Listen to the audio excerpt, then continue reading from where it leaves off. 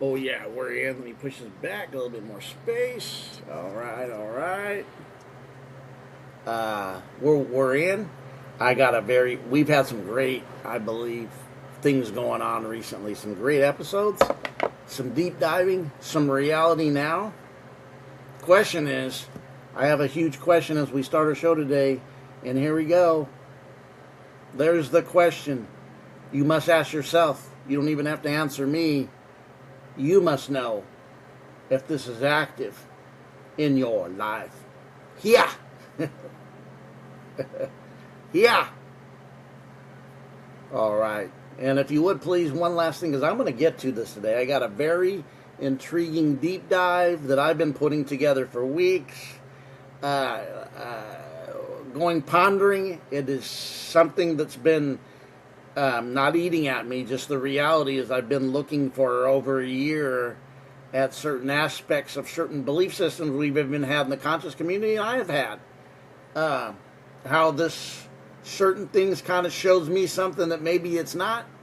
But anyways, this is what I want to do right here. If you can please give, if this channel does bless you, you come here. You're ready for the deeper thing because this is initiated things. This is when you start stripping away and you start being a stripper. Don't take that into physical because it's not. It's not meant physical at all. It's funny, but that's not the kind of stripping I'm talking about. Yeah. But anyways, without further ado, we got to get into this. But I have mentioned this. I'm going to foundate it first a little bit here, and then we're going to get into this. This can be two parts. This can be a long part. So I'm going to get into it to make it a one part. But I'm going to let it go where it's got to go and say what I got to say. And if I get more out of it, I'm going to share. But if I have to make it two parts, it will be done. If not, it won't be done. I'm looking to 35 to 38, 35 minute mark, maybe a little bit more. And then right around there, if I feel I'm not done, I might have to two-part this thing. So let's get into this. It's the Wheel of Fire.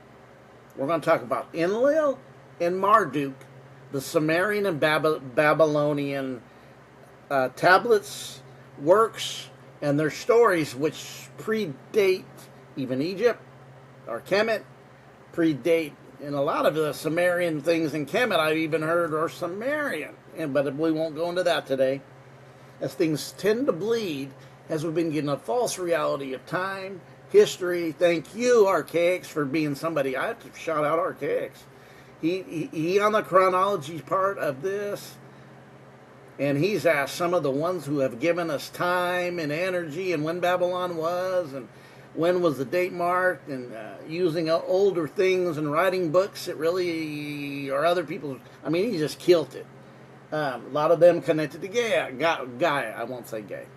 Gaia. Even though we know that the Flintstones said gay. They called it a gay old time, which meant a happy time.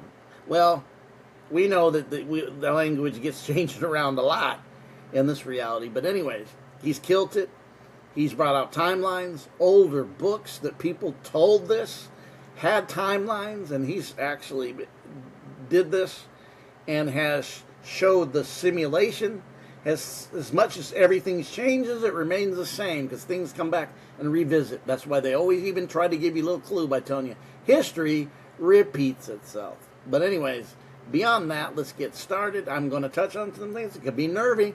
You might want to shut me off, or are you open just to look at it? Because I'm not going to try to make you believe anything. But are you open to look at it? It may be costly to you, but the cost may be the cost you need to pay.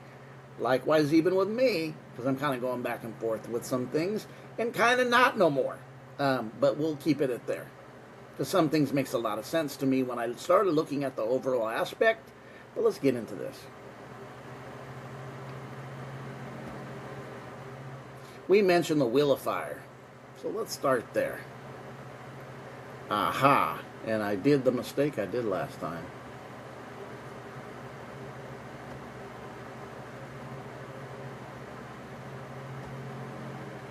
If I can go there, we'll be good. Alright, I did it without causing me to go off. Last time it kind of shut down. I did do this as a trial run already, and it shut down. But anyways, let's see if we can go back. We can go back. Oh, it already went way back. I was up here. In Gnosticism, there's a term called the wheel of fire. The wheel. We heard about the wheels within a wheels. We've heard about the karmic wheels. We've heard about cycles. That's why you ride your bicycle, your duality cycle, right? Even in the physical form.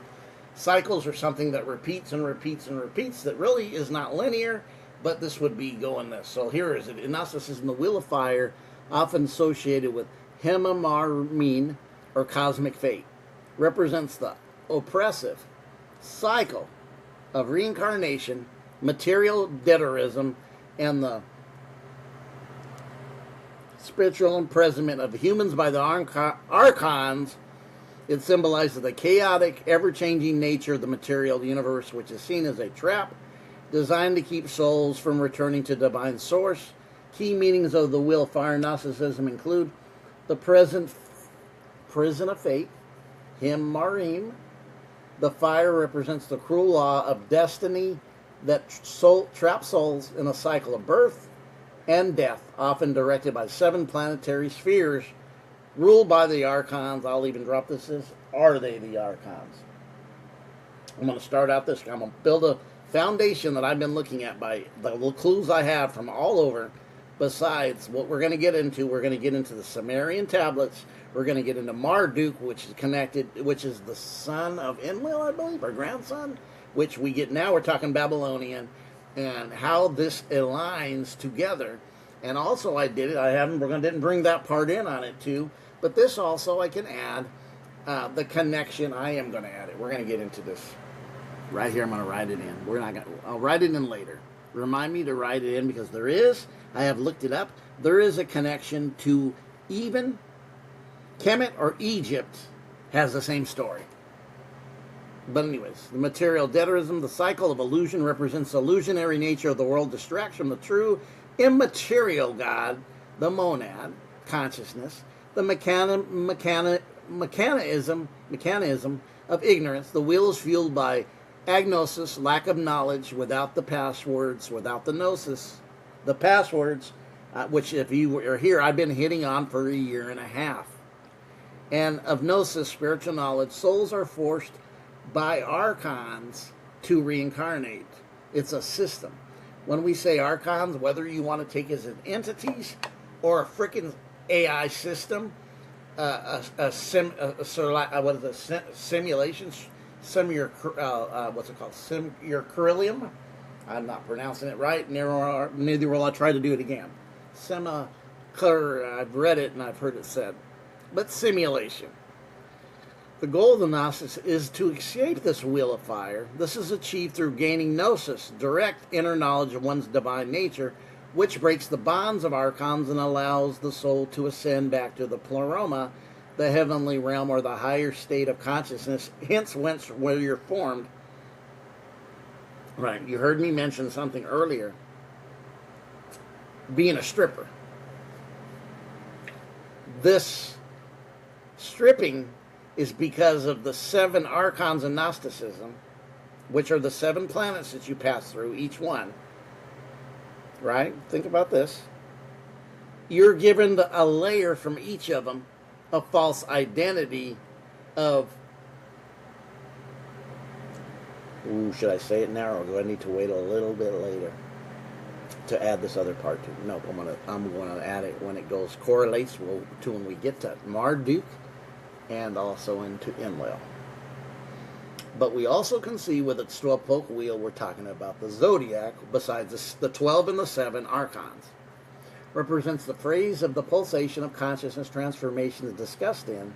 The Ouroboros, the snake biting his own tail, represents a symbol representing the closed cycle of nature, which is the machine, which is the enslaving, which is around the circle again, and the start is the beginning, and you just keep going on and on and on and on. Remember, there's code and passwords that was mentioned when you understand it's by gnosis. This right here is the gnosis part. We're going to get into the other parts. And what I didn't want to say is, I might as well say it. When we look at the zodiac, or the zodiac, which is an animal, usually all the zodiac figures are animals, and it has all these things that goes with your personalities and your sign and your personality and what you're like and what you do.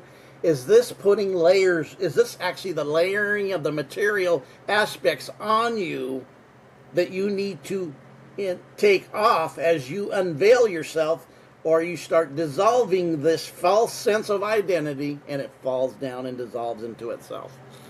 I said it. We'll get into it a little bit deeper, but we will get into it. Here is its connection to the Summerian story of Enlil. The connection between the Gnostic wheel of fire and the Summerian god Enlil lies in the Gnostic practice of reinterpreting ancient deities as archons, malevolent planetary rulers who enslave humanity in the material world.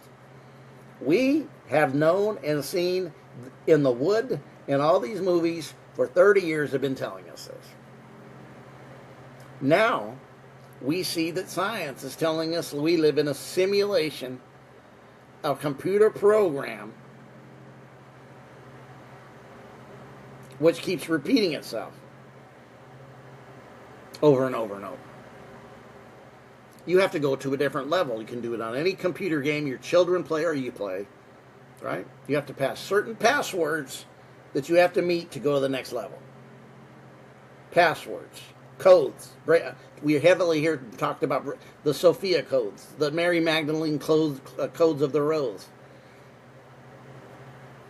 In the book of Revelation, it talks about the 7 seals need to be broken. The 7 codes need to be broken to release the true you out of it, because you've been layered, even encoded with this in your DNA. But anyways, in many Gnostics and modern esoteric interpretation, Enlil is identified as the prototype demiurge or high-ranking archon. The wheel of fire serves as the mechanism of the entrapment. Its link to Enlil established through mythological parallels. Enlil as the Lord of Fate in Summerian myth. Hear that, the Lord of Fate.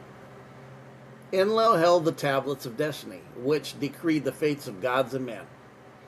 The Gnostics viewed the fate, the Himmarmini, not as divine order, but as the wheel of fire. A rigid, inescapable cycle of reincarnation and suffering that keeps souls bound to the archon dominion. The flood, human enslavement. Enlil famously sent the flood. Yeah, he sent the flood too, way before the story that we're familiar with, which is Noah. This story precedes that. Yes, folks, some of our Western later teaching is the last Jim Dandy that came. Everything else preceded it.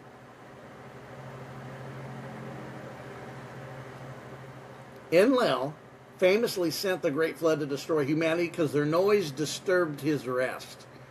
Notice this. Their noise disturbed his rest. Gnostics' perspective often casts this noise as the awakening of the human spirit, the divine spark, which Enlil viewed as a jealous administrator sought to extinguish and maintain a silence of material prison. Who does that sound like? That we've went over and over and over and over here. Does that sound like that maybe Enlil is the archetype of Yada-Baoth, the demiurge, right? And that was mentioned earlier in this text we've written. It's been mentioned. It's definitely there. It's been mentioned. See how everything seems to be different, always repeats itself. Like history repeats itself, or like how the days of Noah and Jonah are like the days of the Son of Man. How a day's past becomes the past. History repeats itself. This even more and more shows you what kind of program are we really running in. Why aren't we getting it and change it unless it's the system of what this is talking about? And so what I'm going to tell you, I'm going to say this, and I'm really looking at this, and whether it's totally is or totally not, it'll be your dealing to process it, because it's a processor you need. Just like in technology, in your computer, you got processor. You got process things, right? Pink Floyd had a song that said, "Welcome to the Machine." In the story of Enlil, which we're going to see, he created time. We know time's connected to who? The very thing that the elite worship, which is one of the things they worship, which is Saturn, Chronos, the time marker. Enlil, as we'll see later as we go down, this is definitely connected to time. Marduk. So right here we seen he got a little disturbed with the humans and said, I want to bring a flood. I want to take these punks out. I'm tired of them. Add a part of them. Because in their story, which I skipped over, of Enlil, they actually genetically modified the humans long before Abraham. We've had so many resets. And when you really pay attention, the resets come with genetically modification. It was the Adam story. It was a story. It pre-existed the flood story, which pre-existed the Adam story. They just, the opposite group, you know who I'm talking about, told it in reverse, because this story preceded that, and then the flood came after he genetically modified the people, meaning gave them what we call now, your scientists want, oh, you got junk DNA. It's not junk. It's the superhuman aspect of you that's kind of been shut off, that you're trying to activate the divine spark. Maybe that divine spark Sparky will spark up the 12 other generators within you, or the 12 veins, or the 12 DNA strands. That's your hope, because we keep waking up no matter how the modification goes. Don't be surprised at what happened in not be surprised, it's a fact. What happened with 220 was all about genetics. Margaret, whatever her name was, Margaret, not Thatcher, but Margaret, whatever, who the geneticist back 80 years ago, and which connected to all this, Margaret Sawyer, whatever, Planned Parenthood and all that. This was all in the scenes. You know what I'm talking about? Those old scenes, those old blap scenes. The recent one wasn't the first one. When you've been told you needed this to live, man, we went on for thousands and thousands of years without that stuff, and it's not new. Come on, this is the wheelhouse. This isn't, we're trying to reveal the hidden aspect of this. And they're being the real. Just be real. When you start looking at this place, be real with it. What does it show you in the fruit when you're in a higher consciousness? I'm not talking about individuals, I'm talking about the system. The God of this world, the New Testament, in your even canonized version, talks about. That Paul mentions the God of this world. He's talking about the demiurge. Even in your canonized version, I can find truth in it. And many of you know that and have did it. But it's also flawed with a lot of fluff. And it's got a lot of fluff in it, too. Because sometimes you have to search and read a bunch of stuff that don't matter. It's like getting a gift, and somebody sends you a gift. It's got a lot of paper in it. It's got a lot of confetti in it. It's got and it's a small box, but you had to move a bunch of 90% of the box was confetti, not the truth, not the spark. But then you found the one spark in it. You read the Gnostic Gospel, it ain't that way. So if you guys have not got your Nag Hammadi library, suggest doing it, being open, and also researching these former societies that preceded Rome society. The Greeks, too. Even Greek differs from Rome, even though Rome copied a lot of Greek in their gods, in their. But anyways, the flood element was enslavement.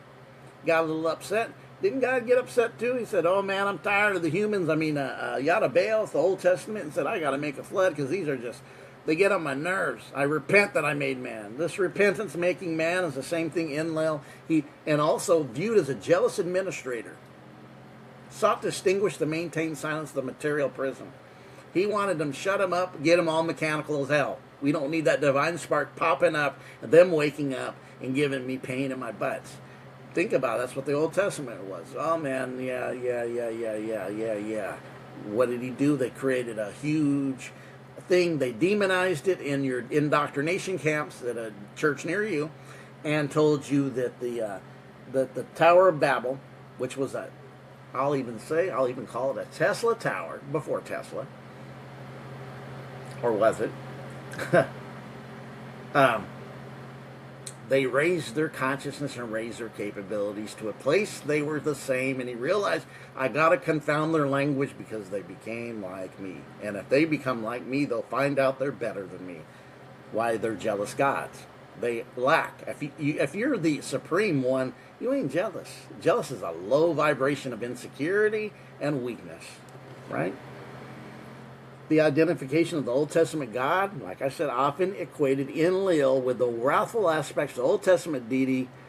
Can I say it? Yaldabaoth, and the other way, Weah. In this view, Enlil is the architect of law's physical boundaries, the compromise of the will of fire, effectively acting as the warden of the cosmic prison. Now, here's the machine that I mentioned. The machine. Why is it the machine? You ready?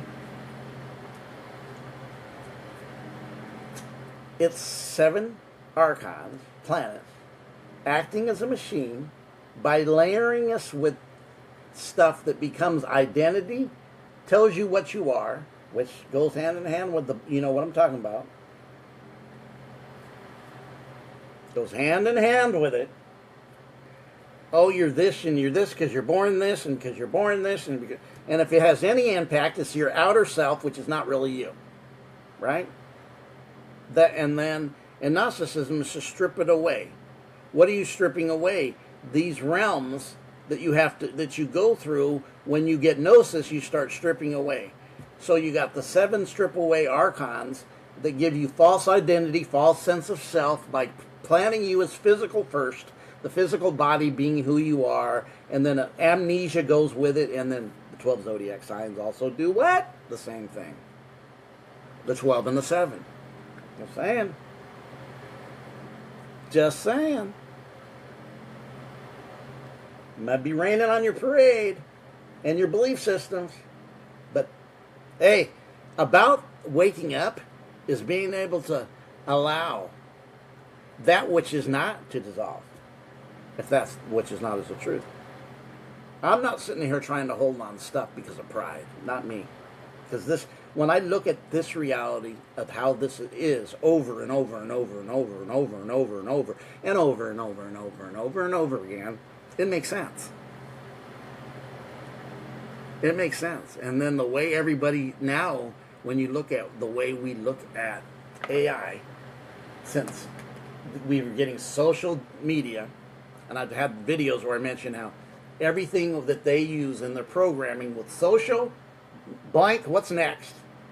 Social justice, social this, ends up being, when it's said and done, a programming that's installed in you to take you another layer away from you, leading, I believe this, leading to the transism,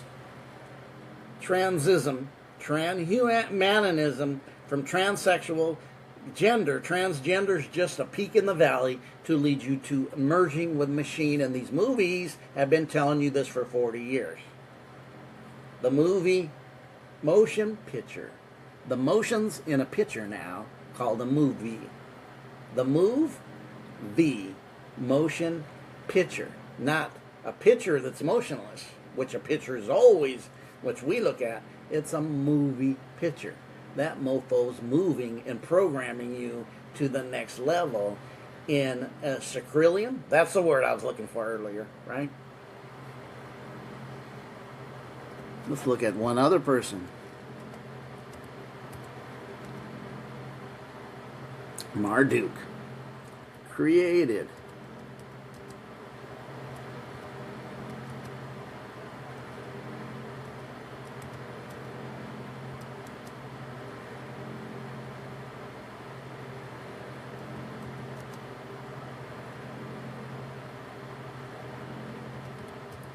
Winning the war. There's been a war going on here. What we see now in the regular with feminine and masculine and feminism and everything, and low birth rates and the depopulation process, and getting a jube to get help, but also the men and women not getting together in every country pretty much.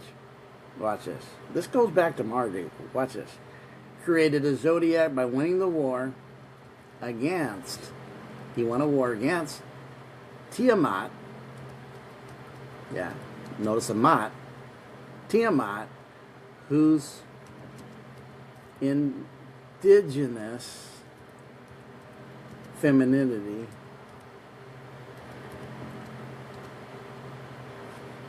and we are going to watch this. Marduk is the son, or see, in the story right here before we get to this, Enlil, Enki's like the opposite hope. Enki's brother Enlil is almost like Sophia in the story, giving the humans hope and telling the truth around Enki's back, around like Sophia did. Remember in the story, Sophia created, that's like her son. Well, Enlil's son is Enki, the one who said, man, I'm tired of humans, man, I can't rest with this shit. So in the context of the Enuma Elish, the indigenous femininity is raw, unconditional power. That's why I said indigenous femininity is power. So this was a feminine aspect, potential. Tiamat as the indigenous femininity, primordial source. Tiamat, originally the mother of all things, representing the saltwater ocean, a vast, fertile, and self-generating womb of existence, right? Organic chaos versus rigid order. Her chaos was not evil, but rather the organic. The organic. And what is our biggest fight as we have woken up and looking is nothing's organic no more. They're really after that inorganic, and we can call them AIs and inorganic ones because they're jealous. They don't have the real deal in them. They don't have that spark in them, right? Her chaos was not evil, but rather organic. Predictive rhythm of natural world, nature. The Gnostics' viewers are a form of indigenous femininity because it's original. Native state, universal before the invention of the artificial systems. The goddess deplaced. Many scholars see the war as an allegory for the fall of the matriarchal societies. Do you hear what I'm saying here? Do you hear? Earth-centered revering of feminine has sacred was violently replaced by patriarchal hierarchy. The zodiac as the culmination of nature.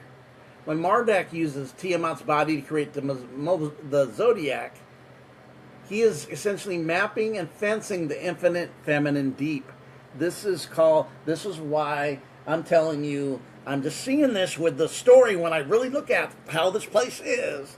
And I see Gnosticism. I also see this is in occultic Buddhism. Occultic Buddhism. Yeah, Buddhism has stuff that's exoteric, right? Occultic, there's a story of that. This story also is in Egypt, and that's what I was going to write before this. Still may do it today. We may follow up with that. That may be the part 2. We'll see where we're at in time when this is said and done. The imposition of law, creating 12 signs and calendar. Marduk replaces Tiamat's organic flow with measured legalistic system. In Gnosticism, this is the creation of the Hem Marine, the ring not passed, or the wheel of fortune, a barrier that used the fragmented pieces of divine feminine, keeping souls trapped in a cycle of fate, reincarnating, lack of memory, reincarnating, birth, life, forgetfulness, amnesia, and then having to remember that which you had experienced. Because that's why remember means. I don't have to say really remember. It's not really proper English to say remember. Remember tells you the story. Because it's not something you haven't experienced. It's the remember. You've experienced it already. But you're doing it again because you forgot. Samsara.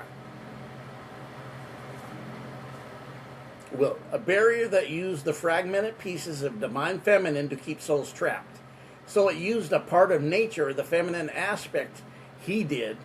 Marduk splits Tiamat, the fish for drying, uses her remains to create heavens, false ones, just nothing different than the 7 of the demiurge, right? Effectively transforming her living into a static, essential machine. Welcome to the machine. The matrix. And that's why it's called matrix. Matrix is womb. Womb goes with feminine, doesn't go with masculine. womb. So there's an aspect of it that was used for the inorganic, the machine. Oh, I'm saying what you think I'm saying, because to me, I see it, and I see it more and more. I sat up a couple of weeks ago and listened to this person I am very close with, known for a long time, 55 years. Deep into astrology. Everything's astrology. Astrology doesn't come out of that box even. When I share things, they ask me and they give me this look like, what do you mean higher self? And everything's locked up in this creates this in your astral, in your signs. And I'm looking at her way she's saying, I go, that's a fucking machine. Sorry for the F-bomb, I had to say it. That's how real it is to me. You're not giving me no wiggle room. You're not giving me no wow. You're saying, no, I am because I am. Almost it becomes the excuse making. I can act like a fool because this is how this sign has foolishness, instead of when we would look at it and go, no, this is where you go and take that consciousness and you start strengthening the weaknesses because your awareness of being awake.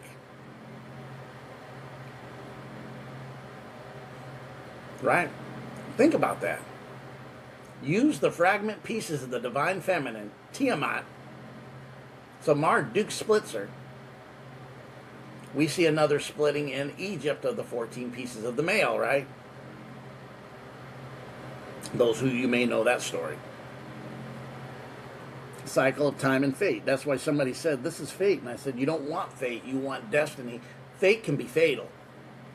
From sacred source, Tiamat is recast from a nurturing mother into a dragon of chaos because she was split, which means divided. And she created part of the zodiac, must be destroyed. The shift justifies the dominance of the masculine and rational order over the disorderly feminine aspect, which means the feminine aspect can have that chaos. It can be. There's a lot of lacking of knowledge in the base, but when you get in the depth of the spiritual aspect out of the physical aspect, because this is all physical, there's a side reverses, because everything's layered and everything's inverted. Because the true feminine in the unseen aspect can be the protector. Because we seen Guanjin, right? When we went over Guanjin. The Savior, she came and saved. In this view, the zodiac is a grizz that the demiurge Marduk laid over the indigenous feminine Tiamat to domesticate and control the universe in a false type of universe. Would you like to explore how modern ecofeminist Larry's link specific method to our current No. What I want to do is show the ring not pass connection to this.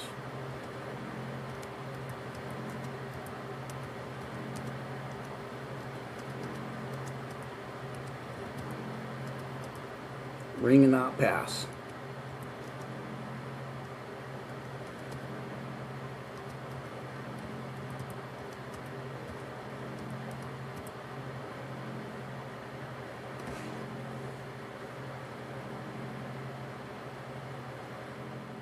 Ring not pass connection specifically refers to the limit of consciousness that prevents a soul from ascending beyond the material world till it achieved a spiritual maturity.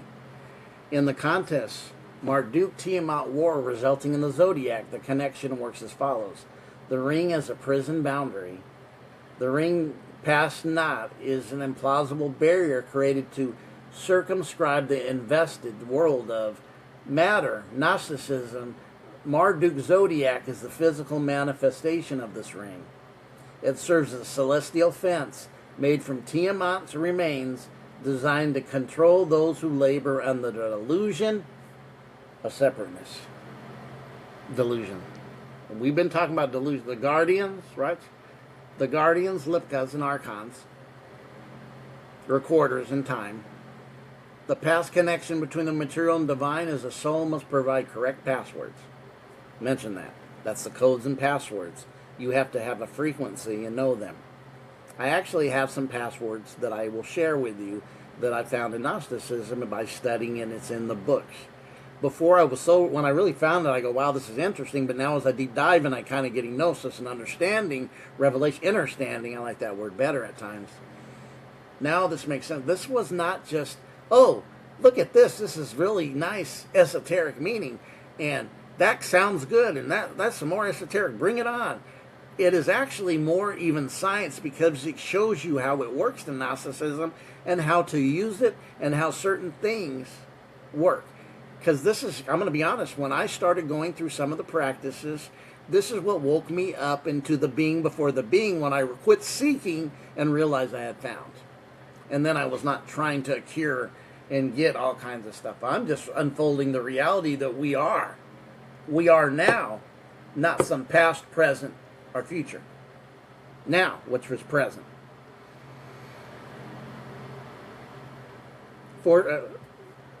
If a soul lacks gnosis, self-conscious spiritual awareness, it hits the ring not pass, forced back into the cycle of wheel of fire, connection to the indigenous feminine.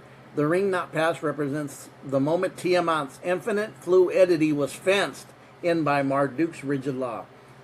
Spirit versus matter. The ring separates the plane of pure spirit from that of matter.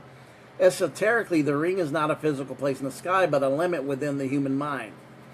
To pass the connection is to realize there's no outside or separation between self and the divine. It's all the illusion, right? I'm gonna add one more thing, and I think we'll get it in.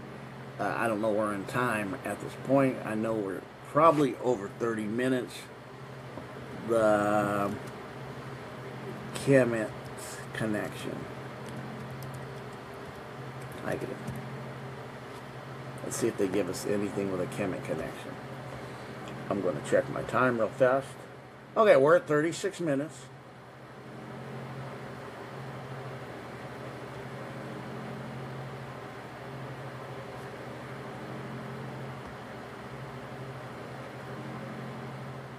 The Kemet refers to how Gnostic occult concepts of the ring not pass, the wheel of fire, are rooted in ancient Kemet cosmology, particularly the judgment of the soul and a role of the god Thoth. Thoth, as a Lipka recorder in Kemet tradition, is a scribe who records the result of weighing the heart against the feather, Mayat. That's why it made sense when I was looking. I said, look at that, the word Mat. It was Tiamat, Mayat. Tiamat, Mayat. Impassable barrier. The act is a precursor to the ring not pass. A karmic barrier determines whether the soul, Ba, is ready to enter in the fields of Aru, paradise, or must be fed back to the material cycle.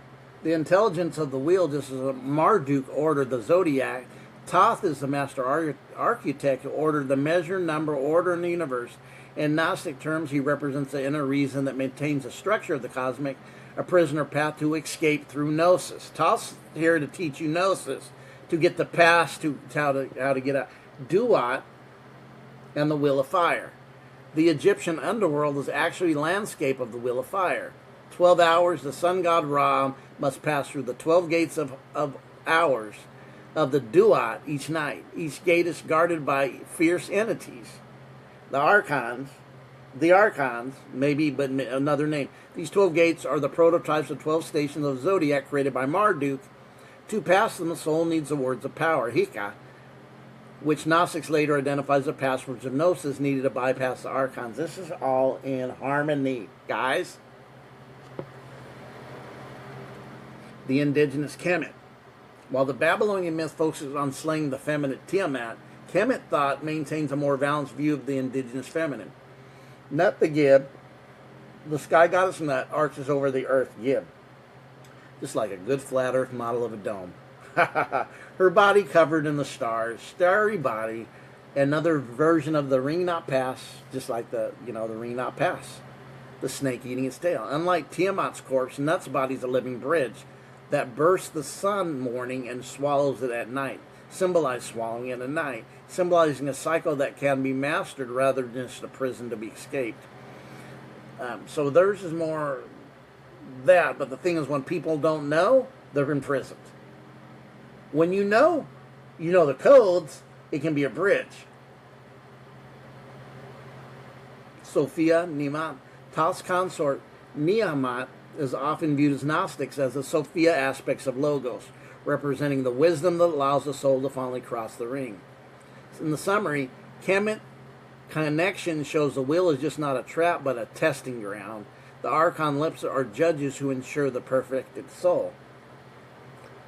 Who can transcend the barrier? Would you like to know more about the words of power? No, we'll stop there. I got some things to say. I think we'll go. Let's go over here, as I know we're roughly around 40 minutes. I didn't think I'd get. I really thought I'd be pushing this more than that. I got it in. This is really to be followed up on. This is one of my recent longer videos. There's so much here, and I can see that side when you know the code. But here's the thing: is when you start dealing with samsara, you don't know the code. You don't know there is a code. You don't know you're in a place that you're stuck in.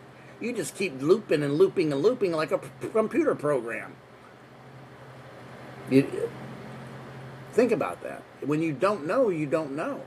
That's why there's always been secret societies. The thing about this, even in Kemet, there may have been times it wasn't, but there's been times it has been. The very elite in these societies were, and this was in China too, when you get into esoteric, magical, Tao, the I Ching, and Buddhism, the very, very people who ran the society, the elite, the very rich, the people in power, they didn't share this with the regular folks. They always kept them back off. Back off. This isn't for you. This is a secret thing. I'm just being honest. This has been society's doing. This hasn't been given to the regular people. And look at it now. It's been opened up to a lot of us. Because very much Gnosticism, even in the Christian part, is very much has aspects of this aspect more than even though we've seen that it's connected to was connected to the Summerian story and the Babylonian story. When you take Marduk and you take, I think his granddad is Enlil his granddad or Papa. I'm not sure about that. Should ask that. But I think they are definitely a bloodline in the story. Notice a bloodline, and this is how the elites always work in bloodlines.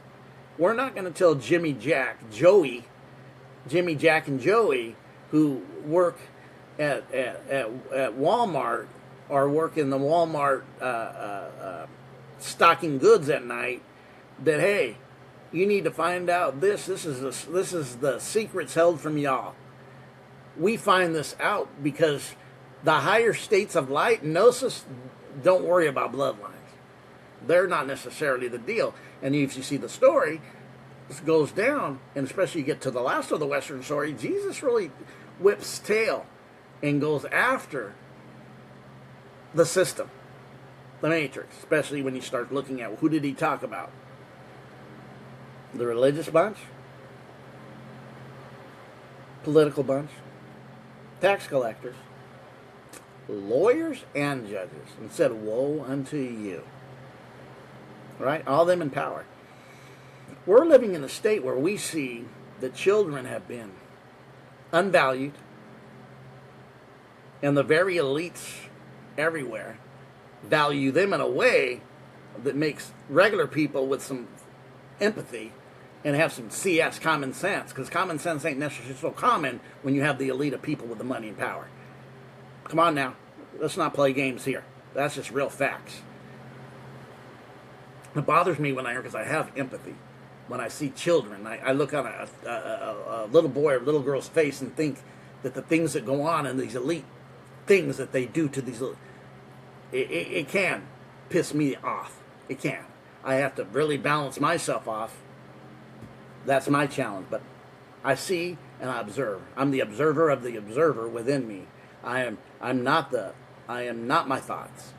See, when you say I am, you got to watch out what you put with I am, because you might be locking yourself up with I am in something you don't need to I am.